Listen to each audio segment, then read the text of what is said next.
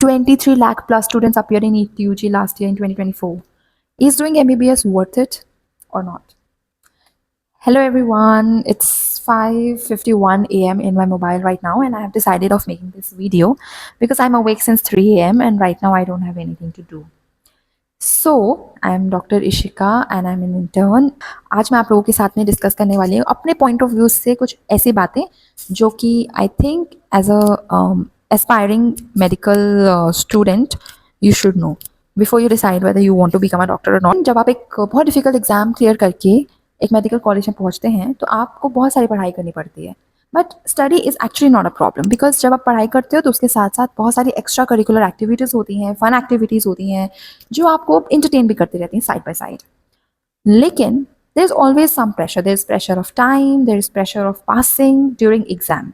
आप कितना भी अच्छे से पढ़ के जाइए, कितना ही पहले से प्रिपेयर करके जाइए एग्जाम में, थोड़ा बहुत प्रेशर, थोड़ा बहुत स्ट्रेस तो आपको होगा ही होगा. So keeping all that aside, जब आप एक इंटर्न बनते हैं और उसके भी अलावा जब आप एक पीजी बनते हैं, ठीक है, तो मैं as a junior doctor, as a new doctor अपना पॉइंट ऑफ व्यू आपके साथ शेयर कर रही हूँ. नॉट अ कंसल्टेंट जो कि वेल इस्टेब्लिश्ड है, not that, but of a PG and an intern. तो after doing all that study, इतना पढ़ने के बाद में जब आप एक इंटर्न बनते हैं या आप एक पीजी बनते हैं, ठीक है, first year PG, second year PG, third year PG, तो मैं कहना चाहती हूँ कि the work is the problem, not the study. इतना वर्कलोड होता है एक रेजिडेंट डॉक्टर के पास में, आई मीन पीजी डॉक्टर के पास में, कि आप सोच भी नहीं सकते. ये तो हमें दिखता भी नहीं है. जब हम लोग की सोचते हैं कि हम डॉक्टर बनेंगे तो हम कभी ये नहीं सोचते कि कितना काम करना पड़ता है. हम सोचते हैं बहुत पढ़ना पड़ता है. पढ़ाई तो हो जाती है, आराम से हो जाती है, because I think everybody who is entering a medical college has brilliant brain, so वो कर लेते हैं. लेकिन जब काम की बारी आती है तो इट्स टू हेक्टिक. 360 डेज आपको काम करना पड़ता है. You have to come to hospital every day.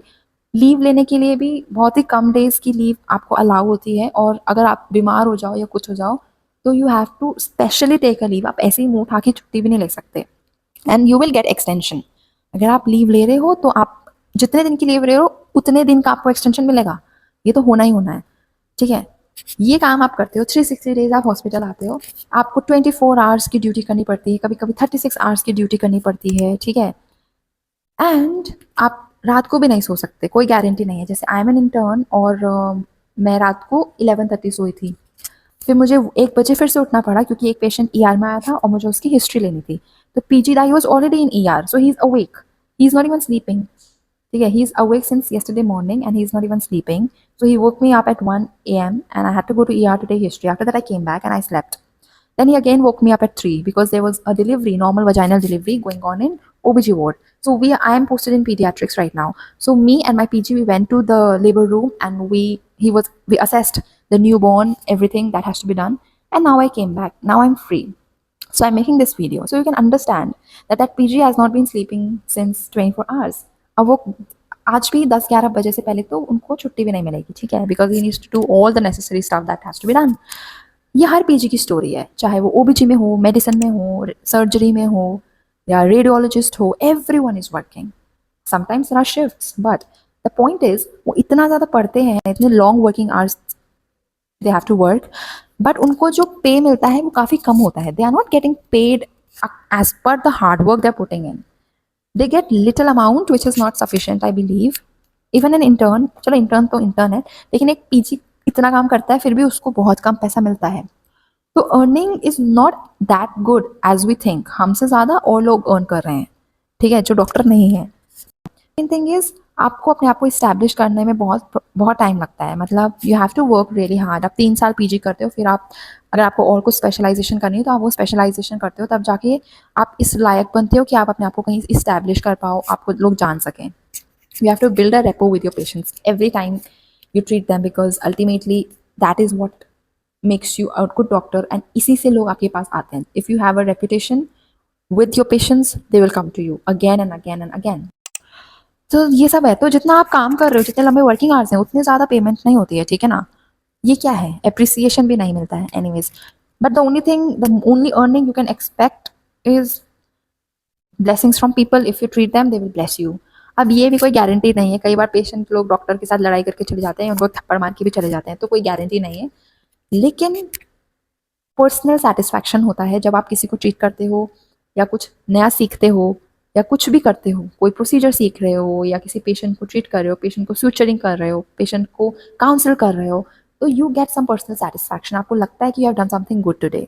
जब एक पेशेंट स्माइल करके आप पे बिलीव करके ही बोलता है कि ओके डॉक्टर, ठीक है डॉक्टर, और उसको एक फेस पे आपको एक वो रिलीफ वाले एक्सप्रेशन दिखते हैं, सो यू फील गुड।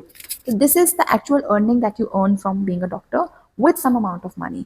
पैसा तो बहुत ही कम है, जितना हम लोग इनपुट देते हैं, जितना हम लोग काम करते हैं एज अ डॉक्टर, उतना पैसा हमको नहीं मिलता।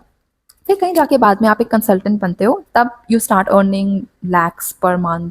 अगर आपके पास आपका एक प्राइवेट पर्सनल क्लिनिक है तो उसका एड ऑन हो जाता है। बट ओवरऑल सबसे ज़्यादा काम एक डॉक्टर करता है, पर उसका पैसा उसके काम के अनुसार उसको नहीं मिलता है, हमको कम पैसा मिलता है, ठीक है।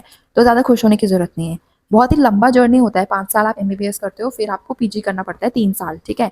तो आप सोचो 5 साल, 6, 7, 8 साल तक तो आपको इसी तरह से स्ट्रगल करना है। You will not get good amount of money, ठीक है, but you will earn something. You will earn a lot of blessings and you will have to sacrifice your sleep too much to do this। And खाने पीने का भी कुछ नहीं होता है, कभी कभी आप नहीं खा पाते हो, आपको टाइम नहीं मिलता है। सो यहाँ पे वेट लॉस वेट गेन बहुत ही कॉमन है। कुछ लोग स्ट्रेस में होते हैं तो उनका वेट गेन हो जाता है, कुछ लोग स्ट्रेस में होते हैं तो उनका वेट लॉस हो जाता है। जितना अट्रैक्टिव और नोबल प्रोफेशन ये बाहर से दिखता है, उतना बाहर से तो है, लेकिन अंदर there are lot of difficulties, there are lot of challenges from the time you enter a medical college till you become a doctor. But to be honest, जो जो डिफिकल्टीज आप अपने एमबीबीएस टाइम में फेस करते हो, जैसे कि हो गया एक difficult entrance exam, difficult exams during your final years, ये सब आपको प्रिपेयर करते हैं फॉर दिस डिफिकल्ट लाइफ। सो अब ये आपको डिसाइड करना है कि ये वर्थ इट है कि नहीं।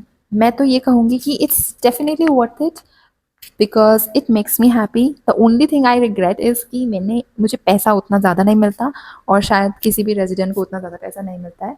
सो that is why I think we all feel sad. Otherwise I am sure we all are enjoying this profession with all its plus and minuses। it's a good profession, it's nice। but अगर आप ये सब चीज़ें नहीं कर सकते, अगर आप 10-11 साल तक स्ट्रगल नहीं कर सकते, अपनी नींद सैक्रिफाइस नहीं कर सकते, इस तरह से उठ उठ के आप रात भर जाग जाके काम नहीं कर सकते, then you should think before entering this profession because you might regret later। so it's all up to you। मैंने आपको एज अ न्यू डॉक्टर अपने पॉइंट ऑफ व्यूज आपके साथ शेयर कर दिए हैं। now you can decide whether it's worth it or not, but I think it is worth it। well, thank you। I think I have to go। bye। love you।